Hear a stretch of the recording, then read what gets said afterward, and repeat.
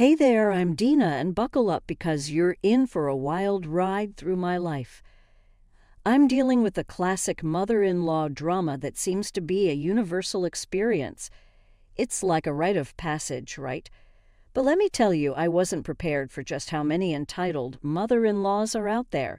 It's like they're everywhere, lurking in the shadows, ready to pounce. Now, let me introduce you to Vivian, my mother-in-law. She's not your average mom-in-law. Oh no, she's in a league of her own. Entitled, check. Delusional, double check. I mean, I didn't need a crystal ball to see it. The moment I said, I'd do to Carter, I knew I was in for a wild ride with Vivian. Vivian wasn't dependent on us, but did have a tendency to assume ownership of everything around her. She even calls our stuff hers if she lays her hand on it. This behavior stemmed from the fact that she was a super greedy woman and liked to have a luxurious life. Unfortunately for her, she never had the money for it. For the most part, Vivian and I managed to avoid conflicts, mostly because I kept my mouth shut. But once a big incident escalated and changed the way I dealt with her. You see, at that time, I had recently gotten a vintage car in my possession. It was my grandfather's car that was left to me in his will after he passed away. Back then, that car was super important to me, and I was glad to have it with me. But to my mother-in-law, it was just another thing that needed to be sold and the money shared with her. Carter and I had avoided telling her about the car because we knew she would say something ridiculous like, "Sell the car and give me the money." And Vivian didn't disappoint at all. Vivian was staying with us for a couple of days because her house was under emergency renovation, totally her fault, but that story is for some other day. So Vivian moves into our home and immediately refers to it as hers. It was annoying, but I ignored her like I always do. Now, the real problem occurred when she checked out the garage and found my vintage car there. She was immediately back in the house and said, "Why is there a vintage car in your garage?" "Oh, that's my car, actually. I recently got it from my grandfather who just passed away, so you can say it was my inheritance. That is a freaking expensive car. I Googled it, and it says that the price is around $100,000. That is a lot of money. I hope you're not thinking about keeping it." "Of course I'm keeping it. It was my late grandfather's car and has a lot of sentimental value attached to it. There is no way I'm selling it." "You are absolutely insane. Listen to me, Dana. Think about what I said. You can sell the car and do so much with the money. You're being selfish by keeping the car and not selling it. We, as your family, deserve to enjoy your inheritance as well." Vivian's words were downright delusional.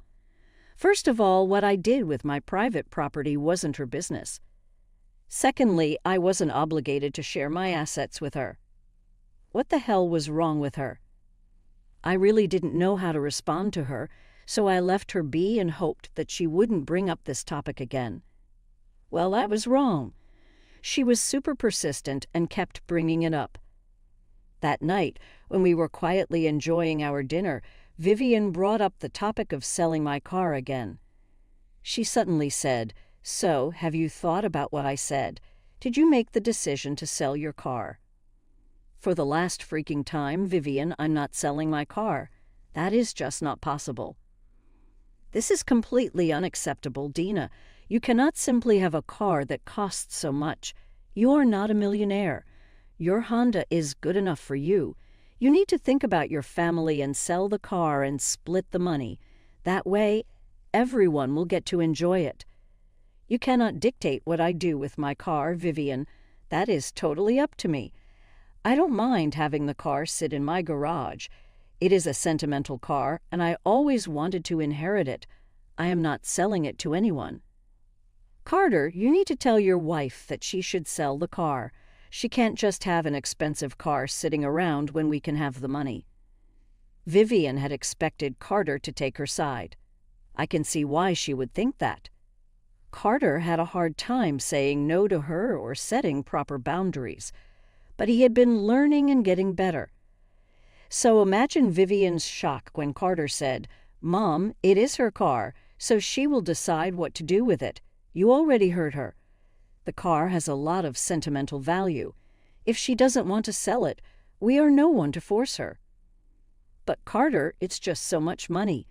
Even if it is a lot of money, that money is all hers. We don't get to decide what she wants to do with it. Let her be, Mom. You are being too invasive. You shouldn't comment on things that we privately own. Vivian looked pretty deflated by her son's words. Like I said, she had expected him to listen to her and take her side. When he didn't do that, she knew that all hope was gone. She didn't stop trying, though. She always made small comments about the car and how it would be so nice to have $100,000 in cash. It was getting downright annoying, but I was ignoring it. Apparently, I should have done better because she managed to steal and sell my car from right under my nose. One morning, when I was about to leave for work, I saw that my vintage car was missing. I was in the garage and was going to drive my Honda to work, but when I opened the garage, I saw that my car was nowhere in sight. I panicked and started to think the worst. The garage was open, but it didn't look like it had been broken into. Carter's car wasn't in its place because he had left for work way before me. So there was no way he had taken the car either. Someone must have stolen it. I immediately called work and took a day off to figure out what was going on. That car was precious to me, and I couldn't rest until it was back in its place. I frantically called Carter just to make sure he didn't know anything about the missing car. "Carter, did you take my car by any chance? It's not in the garage." "What? No, I took my Mustang." "What do you mean it's not in the garage? I saw it right there before I left." "I don't know, Carter. It's not in the garage anymore. I discovered it missing when I opened the garage to take my Honda to work. I'm freaking out, Carter." "Calm down, Dina. We will find out where the car is. You need to go check our security cameras and see who took it. You can call the cops as soon as you find something. I wish I could help, but I'll be in an important meeting in a few minutes. Still, you can call me if needed." Carter calmed me down before telling me what I should do next. He was right. I needed to check the security cameras first. I opened the app on my phone and pulled up the videos of that morning. There I found something really strange and disturbing. I saw that it was my freaking mother-in-law who had taken the car. Even after I told her hundreds of times not to touch the damn car, she didn't listen. I was extremely pissed. I called her and recorded the conversation. "Vivian, where the hell are you? Why did you take my car?" "Oh, relax now, will you? I just took it out for a short ride." "No, you need to come back right now. I need my car back. I didn't give you permission to use it." "It was sitting in your garage, Dina. Since you don't want to sell it, I might as well make good use of it. Now, stop calling me. I'll come back home when I come home." I was fuming at Vivian. To be honest, I almost called the cops on her. I was that furious. But I decided to give her a chance. She was my mother-in-law after all. If she returns my car without any damage, I would just make her face some consequences and make sure this doesn't happen again. In that case, I would not need the cops to get involved. I really didn't want to waste their time for nothing. But when Vivian didn't return for a while, I was starting to change my mind. What I didn't know was that things were about to get much worse. After an hour, I heard Vivian come in through the door. I was surprised to see that she hadn't come back with my car. I immediately knew that something was wrong. What was more worrying was the fact that she had brought several shopping bags with her. They were all luxury brands that she definitely couldn't afford. I ran up to her to confront her and ask her what the hell was going on. I angrily stopped her and said, "What the hell, Vivian? Where is my car?" "It's sitting in your driveway." "I'm talking about my vintage car, Vivian. Where is it? What did you do?" "Oh, you mean your vintage car. Well, I guess you can say goodbye to your $100,000 car. Oops, too late. It's already gone." "What do you mean it's too late? You need to be more clear, Vivian. I'm running out of patience. I did what you should have done a long time ago. I sold your car." Vivian said that very nonchalantly. She literally had no remorse. In fact, she looked very pleased with herself when she said that. My anxiety had now converted into just pure rage. I couldn't believe what Vivian was saying. She just said that she sold my freaking vintage car. I tried not to yell at her, but it was difficult since I was close to exploding. I said, "You sold my car? Are you serious right now?" "Yes, I'm very serious, Dina. I sold your car today itself. It did bring in some good money. How do you think I paid for all that stuff?" "Let me just recount everything to see if I got it right. You stole my car, and instead of returning it safely to my garage, you sold it for cash." "Yes, that's exactly what I did." "Why you look so surprised, Dina? I told you that you need to sell the car. Having such an expensive car sitting in the garage is a waste of money." "Are you freaking insane, Vivian? Who gave you the right to steal my property and sell it for your own benefit?" "Whoa, you're getting ahead of yourself, Dina. I do plan on using the money for family stuff too. I've just booked plane tickets to Alaska. We will have a nice time at a ski resort that I always wanted to go to. See, I'm not the only one who'll be enjoying the money. If you behave, I might give you some of the money so that you can buy something for yourself too." Vivian was just making my blood boil. I was so freaking close to losing it. Some part of my brain refused to believe what Vivian was saying. It was difficult to comprehend someone being so damn entitled that they would sell something that isn't theirs. But with my mother-in-law, everything was possible. Despite everything, I decided to give her one more chance. I said, "Listen to me, Vivian, you will take your car, drive to the place where you sold my car, and bring it back to me right now. I will say this only once. Take this as your last chance not to mess up your life." "Are you threatening me, Dina?" "Well, that's not going to work. The car is sold, and I already spent some of the money. Besides, I didn't sell it just so you can demand to bring it back." "So you are saying that you won't bring my car back? I gave you a chance to reverse your stupidity, and you won't take it. Is that right?" "God, you're slow, Dina. There's no way I am bringing your car back. Like I said, it's long gone now. You can go drive your Honda for all I care." "All right then, don't say that I didn't give you a chance." Vivian didn't even bother to hear the last part. She simply took her shopping bags and went to her room. My mind was spinning at the freaking audacity of this insane woman. But I knew that yelling at her wouldn't work.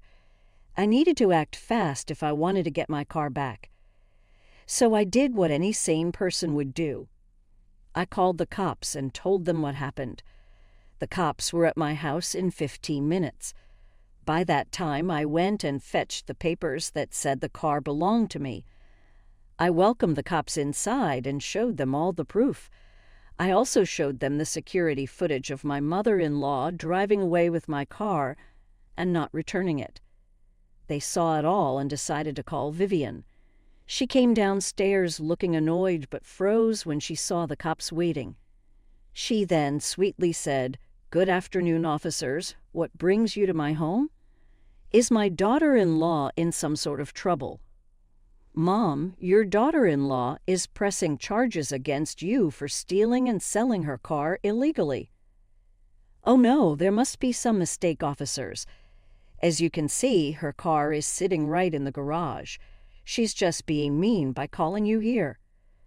"Mom, this is not about the Honda you're pointing at.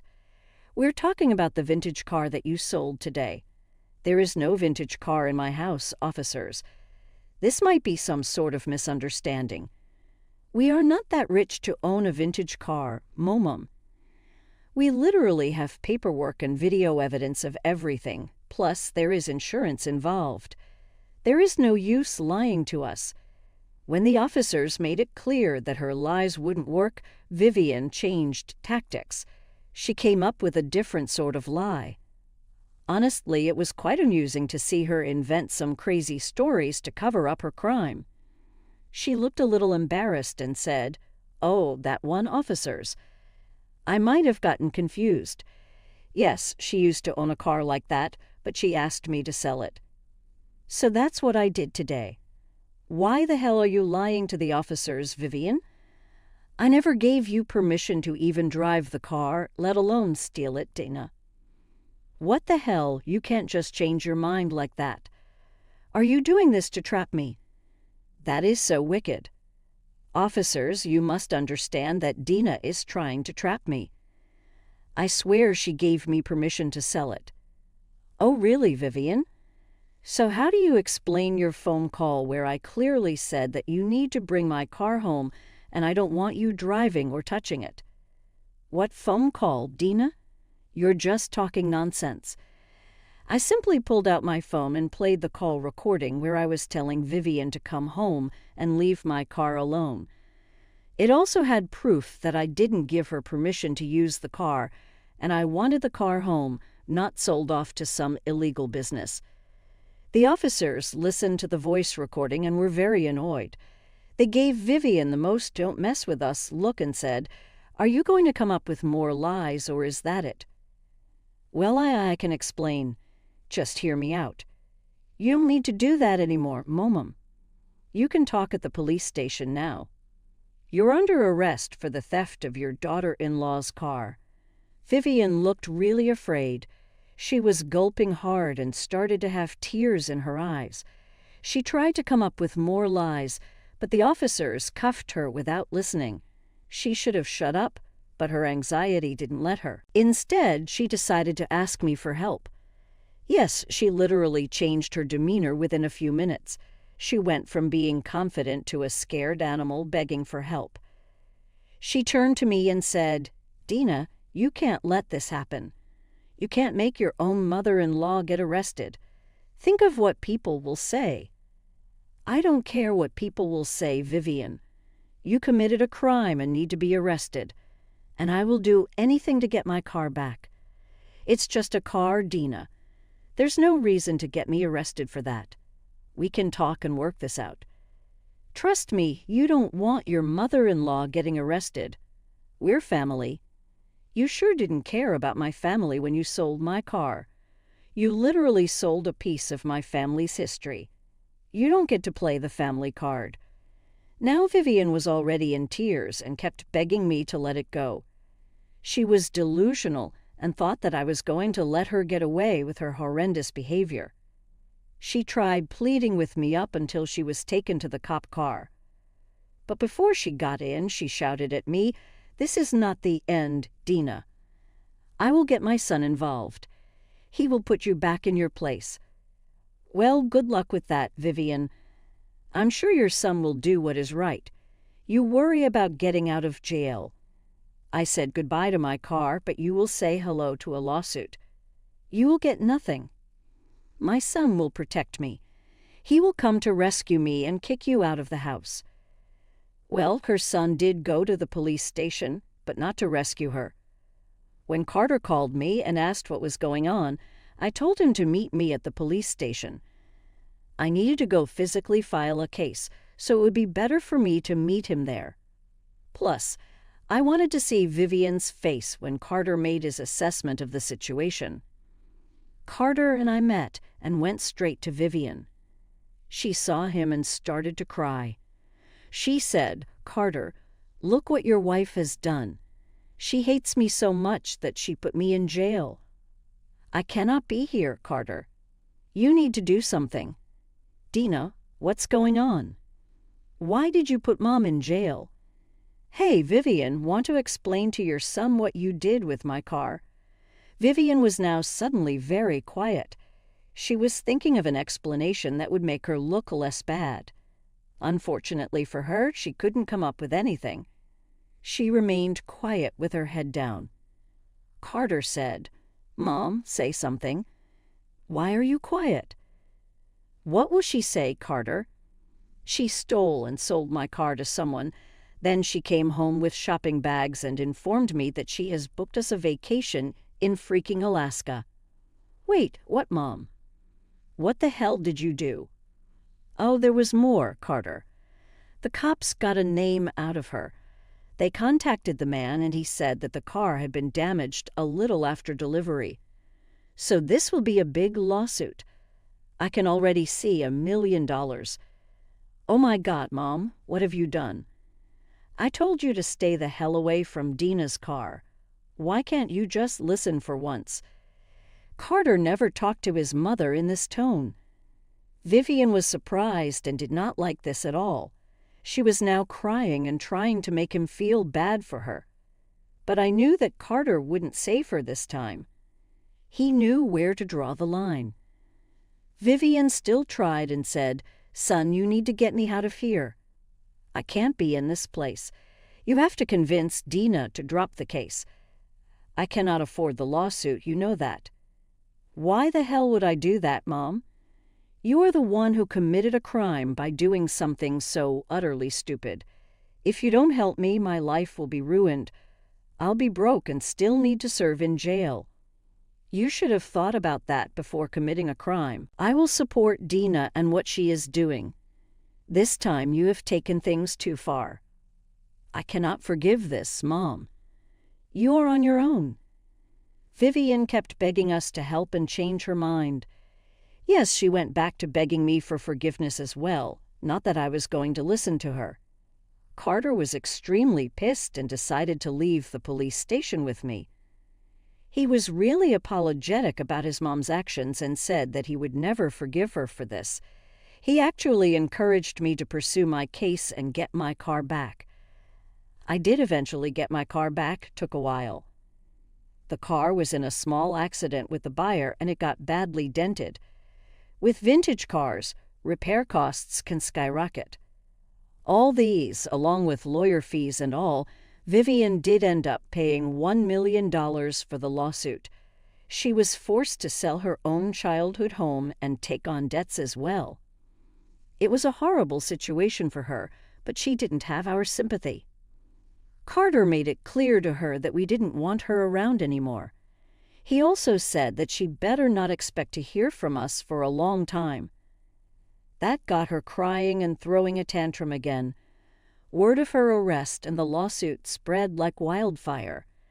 Her friends dropped her because they didn't want to associate with criminals. Her family was also extremely pissed with her because who the hell sells stuff that they stole from others? I was truly glad to see that the rest of the family had sane people. Anyway, we're still in no contact with Vivian and the lawsuit has been settled. I got back my car and had a very experienced mechanic work on it. It was all paid for by my dear mother-in-law, of course. The mechanic was so good that you wouldn't even know that it was damaged. So I got my new car while Vivian lost her own house and is now living in a rented apartment, alone and desperate for company.